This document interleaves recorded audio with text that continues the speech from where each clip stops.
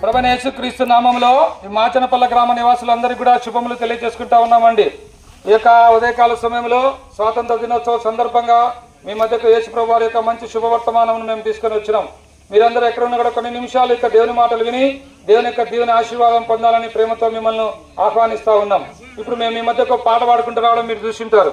యేసు ప్రభు పిలుచుచుండే నూతన జీవం నీకు ఇచ్చుటకు. అవునండి, యేసు ప్రభు నిన్ను పిలుస్తా ఉన్నాడు. ఎందుకు అంటే నీకు నూతన జీవం ఇవ్వాలని, నీకు పాప క్షమాపణ ఇవ్వాలని, నిన్ను పరలోక రాజ్యంలో చేర్చాలని యేసు ప్రభుల వారి సంకల్పం. అందు నిమిత్తమే ఈ యొక్క ఉదయకాల సమయంలో మీ మధ్యకు ఈ యొక్క యేసు ప్రభు వారి యొక్క మంచి శుభవర్తమానం తీసుకొని వచ్చినాడు. యేసుక్రీస్తు అనగా రక్షకుడు అండి. మానవుని పాపం నుంచి రక్షించడానికి ఆయన ఈ లోకానికి దిగి వచ్చినాడు. ఈ మాటలు వింటున్న సోదరి సోదరుడా, మానవ జీవితం పాప భూయుక్తమైనటువంటిది. మనము జన్మంతోనే పాపాత్మలం. మానవుడు పాపంలో జన్మిస్తున్నాడు, పాపంలో సుఖిస్తా ఉన్నాడు, పాపంలో జీవిస్తున్నాడు, పాపంలో మరణిస్తా ఉన్నాడు. దేవుని వాక్యం చెప్తా ఉంది, పాపం వలన వచ్చు జీతము మరణము అని దేవుని వాక్యం సెలవిస్తా ఉంది. కనుక ఇది నిత్యమైనటువంటి మరణం, నిత్యమైనటువంటి ఎడబాటు.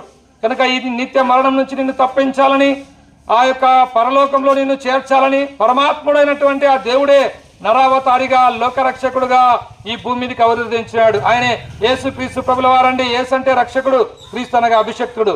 మానవుని పాపం నుంచి రక్షించడానికి ఈ లోకానికి దిగి వచ్చినాడు. ఈ లోకంలో 33.5 సంవత్సరములు పవిత్రంగా జీవించినాడు, పాపం లేకుండా జీవించినాడు. గుడ్డివారికి చూపించినాడు, మూగవారికి మాటలు ఇచ్చినాడు, చనిపోయిన మానవుని కూడా తిరిగి లేపగలిగినాడు. అయితే పాపైనటువంటి మానవుని ప్రేమించి పాపైన మానవుని కొరకు తను తాను సిలువకు అప్పగించుకున్నాడు. ప్రేమైన సోదరి సోదరుడా, యేసు ప్రభు నీ నా పాపముల కొరకు పలు బాధలు పొందినాడు. మన అతిక్రమ క్రియలను బట్టి గాయపరచబడినాడు, మన దోషాలను బట్టి నలుగొట్టబడినాడు. మన సమాధానమైన శిక్ష యేసు ప్రభు మీద పడింది. యేసు ప్రభు పొందిన దెబ్బల చేత మనకు స్వస్థత. ప్రేమైన సోదరి సోదరుడా, ఈ లోకంలో మనల్ని ప్రేమించేవారు అనేక మంది ఉంటారు, కానీ నీ కొరకు దెబ్బలు లేనివారు ఎవరు లేరు, నీ కొరకు చనిపోయిన వాళ్ళు ఎవరు లేరు.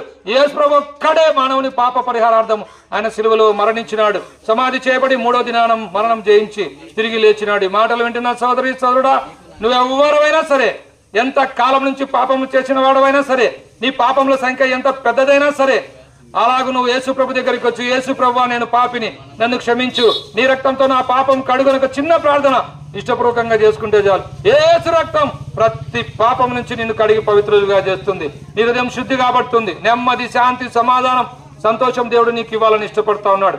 దేవుని వాక్యంలో ఒక మాట వ్రాయబడింది, ఒకడు సర్వలోకమును సంపాదించుకొని తన ప్రాణమును పోగొట్టుకుని నరకంలో ప్రవేశించుట వానికి ఏం ప్రయోజనం? ఈ లోకంలో అన్ని సంపాదించినావు, ఈ లోకంలో పేరు ప్రతిష్టలు, డబ్బు, హోదా అంతా సంపాదించినావు, గాని పాప క్షమాపణ పొందకుండా, యేసు ప్రభుని అంగీకరించకుండా ఈ లోకం విడిస్తే నిత్య నరకం, అగ్నిగుండం, పాతాళం. ఎవ్వరు తప్పించలేరు, ఎవ్వరు విడిపించలేరు. ఈ మాటలు వింటున్నటువంటి నువ్వు ఇప్పుడే యేసు ప్రభుని నీ సొంత రక్షకులను అంగీకరించి పాపం నుంచి విడుదల పొందాలని ప్రేమతో మిమ్మల్ని ఆహ్వానిస్తా ఉన్నాం. ప్రభువుని యేసు విశ్వాసం ఉంచండి, మరణంలో నుండి జీవంలోకి దాటించబడతారు. ప్రభువుని యేసు విశ్వాసం ఉంచండి, చీకట్ల నుండి ఆశ్చర్యకరమైన వెలుగులకు మీరు నడిపించబడతారు. ప్రభువుని యేసు విశ్వాసం ఉంచండి, జీవగంధంలో మీ పేరు రాయబడుతుంది.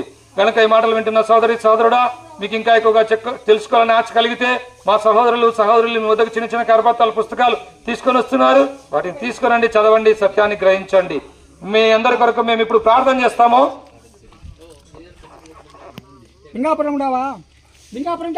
చూడు ప్రేంగల మా ప్రభావ, మీ పాదాల వందనాలు చెల్లించుకుంటున్నాం మా తండ్రి. ఈ మాచనపల్ల గ్రామ ప్రజలు ప్రేమించినందులకై వందనాలు, మీరు అందించిన వర్తమానం కొరకై వందనాలు. మీరు పాపల రక్షకుడని ఈ లోకానికి దిగి వచ్చినారని విన్నారు. విన్నవారిలో మీ కార్యం చేయము, మీ చిత్తంలో మీ ఏర్పాట్లో వారిని రక్షించుకున్నాము. ముందుకెళ్తున్నాం, మీ ఆత్మాభిషేకం గురించి మీరే మహిమ పొందమని యేసు ప్రభు నామమున ప్రార్థిస్తున్నాం మా తండ్రి. ఆమేన్.